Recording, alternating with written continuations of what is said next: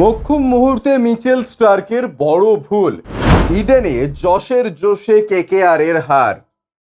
ম্যাচের শুরুটা যদি হয় সুনীল নারিনের, তাহলে শেষটা জশ বাটলারের। ওপেনার নারিন সেঞ্চুরি দিয়ে ইনিংস শুরু হয় আর শেষ করলেন রাজস্থানের জশ বাটলার। ওপেন করতে নেমে দলের বাকিদের থেকে সমর্থন না পেলে তিনি একার দক্ষতায় ম্যাচ জেতালেন। 55 বলে সেঞ্চুরি করলেন ও শেষ বলে দলকে জেতালেন। শেষ বলে ম্যাচ জেতান তিনি। এদিন টসে জিতে ফিল্ডিংয়ের সিদ্ধান্ত নেন রাজস্থান রয়্যালসের অধিনায়ক সঞ্জু স্যামসন। কারণ হিসেবে তিনি জানান রাতের দিকে শিশির পড়তে পারে, তাই তিনি প্রথমে বোলিং করবেন। তবে প্রথমে ব্যাটিং হোক বা বোলিং, তাতে খুব একটা সমস্যা ছিল না কলকাতা নাইট রাইডার্সের সুনীল নারিনের। শুরুর দিকে রান তোলার গতি কিছুটা কমে গেলেও পরের দিকে দলের হাল ধরেন নারিন।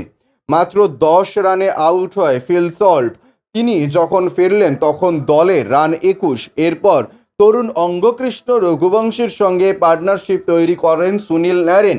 85 রানের পার্টনারশিপ তৈরি হয় এই জুটিতে। 30 রান করে অঙ্গকৃষ্ণ আউট হন। তবে তিনি রাজস্থানের শক্তিশালী বোলিংয়ের সামনে কড়া লড়াই করেন।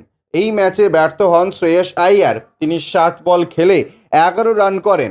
রাসেল এরপরে ব্যর্থ হন, তিনি করেন মাত্র 13 রান। এরপর ফেলেন ভেঙ্কটেশ আইয়ার, তিনি করেন 8 রান। এই সময় নারিন এক দিক থেকে হাল ধরে রাখলেও অপর দিক থেকে সমর্থন পাননি তিনি সতীর্থদের। তবে অপর প্রান্ত থেকে উইকেট পড়তে থাকলেও নারিনের ব্যাট থামেনি।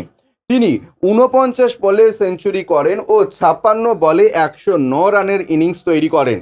194.64 স্ট্রাইক রেট রেখে তিনি নিচের ইনিংস শেষ করেন। একটা সময় বড় রানের দিকে কেকেআর গেলেও তাদের গতি কমে যায় 18তম ওভারে নারিন ফিরে যাওয়ায়। এরপর শেষের দিকে রিঙ্কু সিং দুর্দান্ত ব্যাটিং করেন। 222.22 স্ট্রাইক রেট নিয়ে রিঙ্কু 9 বলে 20 রান করেন। 223 রান দিয়ে শেষ হয় নাইটদের innings. Bureau report, UJ news.